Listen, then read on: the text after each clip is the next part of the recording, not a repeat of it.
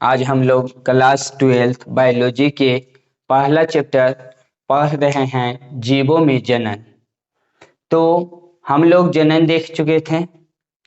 जनन दो प्रकार के होते हैं। अलैंगिक जनन के बारे में हम लोग जान रहे थे। कल हम लोग अलैंगिक जनन के विशेषताएं के बारे में जाने थे कि अलैंगिक जनन की विशेषता क्या है।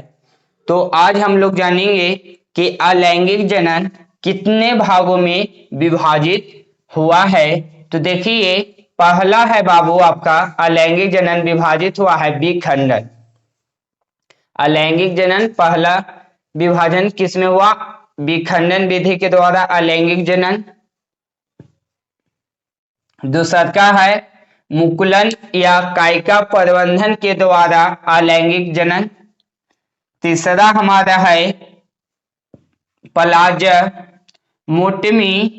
अलैंगिक जनन। चौथा हमारा है गेम्यूल अलैंगिक जनन। पांचवा हमारा है पुनरुद्भव अलैंगिक जनन। छठा हमारा है बीजाणु निर्माण अलैंगिक जनन। कहिए कि अलैंगिक जनन 6 भागों में क्या हुए हैं? विभाजित हुए हैं। पहला क्या है? विखंडन अलैंगिक जनन। दूसरा हमारा है मुकुलन या कायिका प्रबंधन अलैंगिक जनन। तीसरा हमारा है प्लाज्मोटमी अलैंगिक जनन। चौथा हमारा है गेम्यूल अलैंगिक जनन। पांचवा हमारा है पुनरुद्भव अलैंगिक जनन। पांचवा क्या है? पुनरुद्भवन अलैंगिक जनन या खंडीमवन अलैंगिक जनन। छठा हमारा है बीजाणु निर्माण अलैंगिक जनन। कहिए कि हम लोग अलैंगिक जनन को 6 भागों में विभाजित करके अलग अलग तरह से हम लोग पढ़ेंगे। पहला है आपका क्या? विखंडन अलैंगिक जनन किसे कहते हैं? हमारा प्रश्न होगा कि विखंडन अलैंगिक जनन किसे कहते हैं।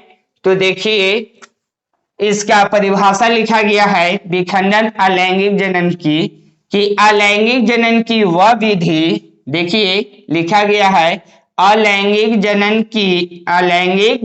की वह विधि जिसमें एक कोशिकीय जीव विखंडित होकर एक या एक से अधिक भागों में विभाजित हो जाता है, उसे विखंडन अलैंगिक जनन कहते हैं।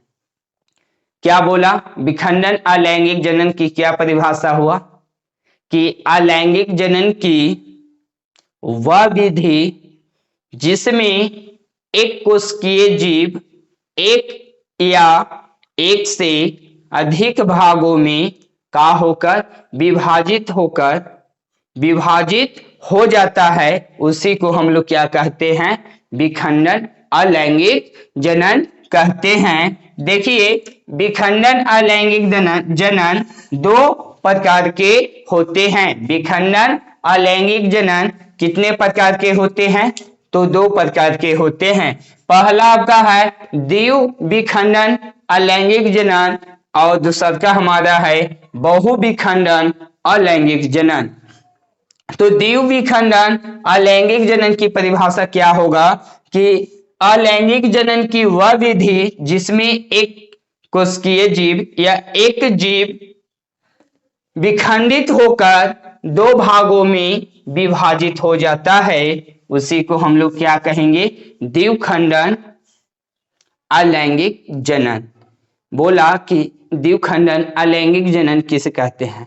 तो अलैंगिक जनन की वह विधि जिसमें कोई जीव, ठीक है, या एक कोशिकीय जीव या जिसमें एक जीव विखंडित होकर, कहने का मतलब कि कोई जीव रहेगा वह विखंडित होने का मतलब कि टूटकर 2 भागों में का हो जाना, विभाजित हो जाना, बट जाना ही क्या कहलाएगा? द्विखंडन अलैंगिक जनन कहलाएगा। देखिए यहाँ पे उदाहरण में हम लोग अमीबा को उठा लिए हैं। द्विविखंडन का उदाहरण है, देखिए अमीबा है, यह परिपक्व होकर या दो भागों में क्या हो गया है, विभाजित हो गया है। इसे हम लोग क्या कहेंगे, द्विविखंडन कहेंगे। अमीबा जो है देखो बाबू परिपक्व हुआ और यह दो भागों में क्या हो गया, विखंडित हो गया, मतलब कि दो भागों में बंट गया। इसी को हम लोग क्या कहते हैं, द्विखंडन अलैंगिक जनन कहते हैं। देखिए उसके बाद में आपका लिखा गया है कि बहु विखंडन अलैंगिक जनन किसे कहते हैं, बहु विखंडन अलैंगिक जनन किसे कहते हैं। तो देखिए परिभाषा लिखा गया है कि अलैंगिक जनन की वह विधि जिसमें एक कोशिकीय जीव, क्या बोला कि अलैंगिक जनन की वह विधि जिसमें एक कोशिकीय जीव विखंडित होकर एक से अधिक भागों में विभाजित हो जाता है, उसे बहु विखंडन कहते हैं। देखिए बहु विखंडन की परिभाषा लिखा गया है कि अलैंगिक जनन की वह विधि जिसमें एक कोशिकीय जीव होगा, वह क्या होगा, विखंडित होकर एक से अधिक भागों में क्या हो जाएगा, विभाजित हो जाएगा। कहने का मतलब कि कोई एक कोशिकीय जीव है, वह कोई एक कोशिकीय जीव है, वह परिपक्व होकर क्या एक से अधिक भागों में क्या यह हो जाएगा बाबू, विभाजित हो जाएगा, एक से अधिक भागों में विभाजित हो जाएगा। उसी को हम लोग क्या कहेंगे, बहु विखंडन अलैंगिक जनन। तो आपको कोई डाउट न रहा होगा कि विखंडन किसे कहते हैं। तो विखंडन अलैंगिक जनन की वह विधि जिसमें एक कोशिकीय जीव विखंडित होकर कहने का मतलब कि टूटकर एक या एक से अधिक भागों में क्या हो जाएगा, विभाजित हो जाएगा, दो या दो से अधिक भागों में क्या हो जाएगा, विभाजित हो जाएगा। उसी को हम लोग क्या कहेंगे, विखंडन कहेंगे। या तो दो भाग में या तो दो से अधिक भागों में विभाजित होगा तो उसे क्या बोलेंगे, विखंडन बोलेंगे। लेकिन विखंडन भी दो प्रकार के होते हैं, एक है आपका बाबू द्विखंडन और एक आपका है बहुखंडन।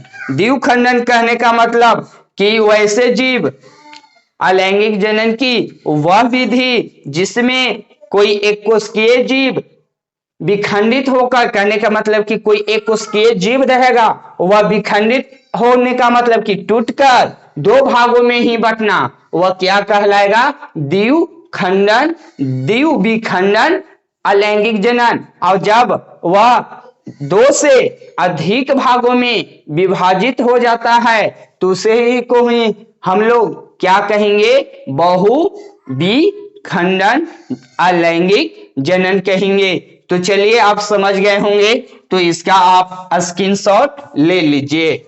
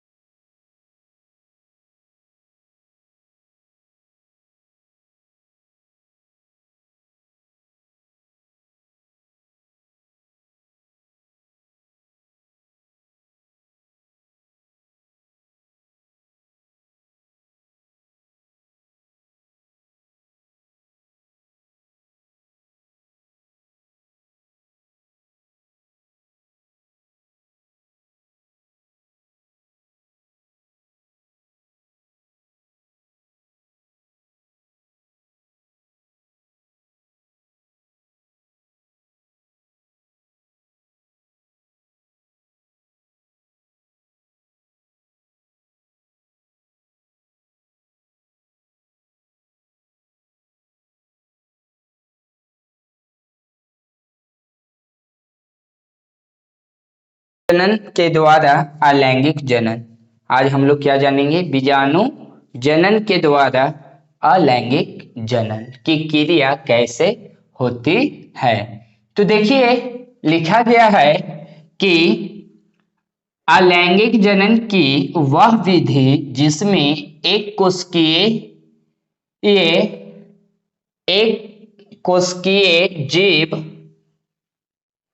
कोशिकीय जीव बोला कि अलैंगिक जनन की वह विधि जिसमें एक कोशिकीय जीव एक पतली भित्ति युक्त संरचना बनाता है।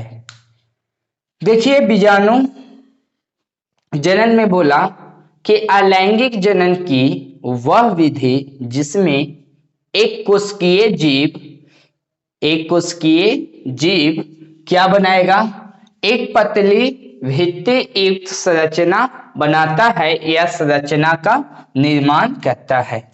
यहाँ पे बोला गया है कि एक कोशिकीय जो जीव होंगे बीजाणु जनन में, वह एक पतला झिल्ली का पदार्थ का निर्माण करेगा। ठीक है, यहाँ तक कोई डाउट ना होगा। उसके बाद में बोला है कि अंकुरन से नए पौधा का निर्माण होता है। इनके अंकुरन से मतलब कि किनके अंकुरन से? बीजाणु जनन के अंकुरन से क्या होता है? नए पौधा का निर्माण होता है। सबसे पहले यह क्रिया किसमें होगा? एक कोशिकीय जीव में होगा। उसमें सबसे पहले एक पतला क्या बनेगा? भित्ति का निर्माण होगा। उसके बाद में इसमें बताया गया है कि इसके अंकुरन से नए पौधे का निर्माण होता है। मुख्य रूप से यह जनन कवक एवं शैवाल में होता है। देखिए अलैंगिक जनन की क्रिया पूछेगा, अलैंगिक जनन नहीं, सॉरी क्या लिखा गया है? बीजाणु जनन। तो हम लोग बोल देंगे कि अलैंगिक जनन की वह विधि जिसमें एक कोशिकीय जीव एक पतली भित्ति युक्त संरचना बनाती है। किस जनन में? तो बीजाणु जनन में। और भित्ति बनाने के बाद इनके अंकुरण से एक नए पौधा का निर्माण होते हैं। जब यह भित्ति का आगे आकार लेता है, फिर इसमें क्या आता है? अंकुरण आता है, जिससे एक नए जीव का निर्माण होता है। यह क्रिया किस में होगा? तो देखिए बताया गया है कि मुख्य रूप से यह जनन कवक या शैवाल में होगा। तो देखिए शैवाल हम लोग देखें, जो शैवाल हम लोग किसे कहते हैं? जो हरा टाइप का होता है, या तो जहां पे पानी उन्हें गिरते रहेगा वहां पे देखिएगा शैवाल हरा हरा निकले हुए रहेंगे, जिसे हम लोग काई भी कहते हैं। ठीक है, तो यह क्रिया पादप में भी होता है। देखिए पौधा, नए पौधे का जब निर्माण होगा तो यह क्रिया किस में हो रहा है? तो कहेंगे कि शैवाल में हो रहा है। नए पौधा का निर्माण हो जाएगा। और यह क्रिया कवक कहने का मतलब कि जो छोटा मोटा जो खुजली दिनाई का जो हमारे अंदर में जो हानिकारक, जो हमारे शरीर में हानिकारक जो जीवाणु है, कवक है, यह क्रिया उसमें भी होता है। किसमें? बीजाणु जनन में। हमारा शरीर में भी एक थैलीनुमा संरचना होता है जिसमें कवक होते हैं। यही कवक क्या होते हैं? विस्फोट हो जाते हैं। यही थैली क्या हो जाता है? जो झिल्ली है वह फट जाता है, तो हमारे शरीर में खुजली या दिनाई की संभावना उत्पन्न हो जाती है, जो बाहर से हम लोग क्या करते हैं? दवा लेकर इसको मारने की कोशिश करते हैं। तो आप समझ गए होंगे कि बीजाणु जनन अलैंगिक जनन किसे कहेंगे। तो अगर आपसे पूछा जाए तो बोल देंगे कि अलैंगिक जनन की वह विधि जिसमें एक कोशिकीय जीव एक पतली भित्ति युक्त संरचना बनाता है। इनके अंकुरण से नए पौधे का निर्माण होता है। इस जनन में क्या करेगा? एक कोशिकीय जीव सबसे पहले जनन की क्रिया दोनों में होगा, पादप में भी होगा और कवक में भी होगा। पादप में हम लोग को बताया गया है कि मुख्य रूप से यह शैवाल में और कवक में यह क्रिया होता है। कौन सी क्रिया? बीजाणु जनन, अलैंगिक जनन की क्रिया। इसमें क्या होता है बीजाणु जनन अलैंगिक जनन की क्रिया में कि कोई एक कोशिकीय जीव होता है। बोल देंगे कि अलैंगिक जनन की वह विधि जिसमें कोई एक कोशिकीय जीव में एक पतली भित्ति या दीवार भी कह सकते हैं, एक संरचना का निर्माण करता है। संरचना कहने के मतलब कि एक संरचना का निर्माण, रूप का निर्माण कर देगा। ठीक है, संरचना न कहते हैं कि संरचना कैसा था, मतलब कि उसका बनावट का सबसे पहले निर्माण करता है और बनावट होने के बाद इसमें से या तो शैवाल रहेगा, पादप रहेगा तो उसमें से एक नए पौधे का निर्माण हो जाएंगे, और अगर कवक है तो वह शरीर में फैल जाता है। यह फैला ही क्या हो जाता है? विस्फोट हो जाता है, और इसमें से जितना भी जीव निकलते हैं वह भी अलग अलग प्रकार के फिर यही क्रिया करेंगे, बीजाणु जनन की क्रिया करेंगे। फिर उसमें भी एक अलग अलग थैला का निर्माण होगा, वह भी फिर क्या होंगे? विस्फोट हो जाएंगे। तो चलिए आप समझ गए होंगे कि बीजाणु अलैंगिक जनन किसे कहते हैं। अब आपका है कि खंडी भवन अलैंगिक जनन, खंडी भवन अलैंगिक जनन। तो देखिए खंडी भवन अलैंगिक जनन क्या बोलता है कि इस प्रकार के अलैंगिक जनन की क्रिया बहुकोशिकीय जीवों में होता है। खंडी भवन अलैंगिक जनन में क्या बोला कि इस प्रकार के अलैंगिक जनन की क्रिया बहुकोशिकीय जनक या जंतुओं के शरीर में होता है। फिर वह शरीर दो या दो से अधिक भागों में टूट जाता है और प्रत्येक भाग पुनरुद्भव द्वारा एक नए वयस्क संतति का विकसित हो जाते हैं। देखिए खंडी भवन अलैंगिक जनन पूछेगा तो हम लोग क्या लिखेंगे कि इस प्रकार के अलैंगिक जनन में की क्रिया में, इस प्रकार के अलैंगिक जनन की क्रिया में बहुकोशिकीय जीव कहने का मतलब कि एक से अधिक उसमें कोशिका की संख्या है। तो बहुकोशिकीय जीव या जनक या जंतु के शरीर में होता है। खंडी भवन की क्रिया किसमें होगा? तो बहुकोशिकीय जनक या जंतु के शरीर में यह क्रिया होता है। फिर वह शरीर दो या दो से अधिक भागों में क्या हो जाएगा? विभाजित हो जाता है, और विभाजित होकर उसमें कौन सी क्रिया होती है? तो संतति के रूप में क्या उभर के आते हैं। मतलब कि यह पुनरुद्भव होने के कारण वह क्या होता है? विकास करने के बाद वह फिर वयस्क बन के नए, देखिए